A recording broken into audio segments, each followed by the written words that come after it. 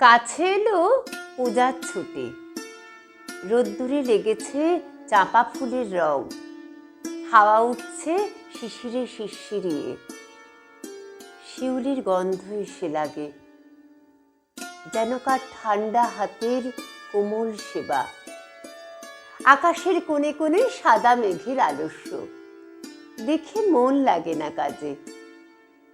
Master মশাই পড়িয়ে চলেন পাথুরে কয়লার আদিম কথা। ছেলেটা বেঞ্চিতে পা দোলায়, ছবি দেখে আপন মনে।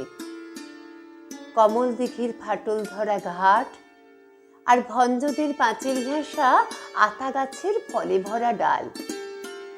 আর দেখে সে মনে মনে তিসির খেতে গোয়ালপাড়ার ভেতর দিয়ে রাস্তা গেছে এঁকে বেঁকে হাটের পাশে নদীর ধারে। কলেজের ইকোনমিক্স ক্লাসে খাতায় ফর্দ নিচ্ছে টুকে চশমা চোখে নেডেল পাওয়া ছাত্র। হালের লেখা কোন উপন্যাস কিনতে হবে, ধারে মিলবে কোন দোকানে মনে রেখো পাড়ের শাড়ি, সোনায় জড়ানো শাঁখা, দিল্লির কাজ করা লাল মখমলের চুটি, আর চাই রেশমে বাঁধাই করা অ্যান্টিক কাগজে ছাপা কবিতার বই। এখনো তার নাম মনে পড়ছে না। ভবানীপুরের তেতালা বাড়িতে আলাপ চলছে সরু মোটা গলায়।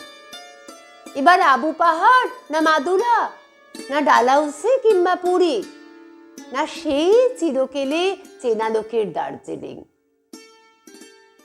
আর দেখছি সামনে দিয়ে স্টেশনে যাবার রাঙা রাস্তায় শহরের দাদন দেওয়া দড়ি বাঁধা ছাগলছানা 5টা-6টা করে। তাদের নিষ্ফল কান্নার স্বর ছড়িয়ে পড়ে কাশের ঝালর দোলা শরতের শান্ত আকাশে।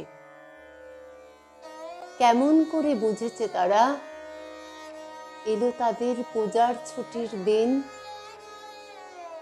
কেমন করে বুঝেছে তারা এলো তাদের পূজার ছুটির দিন?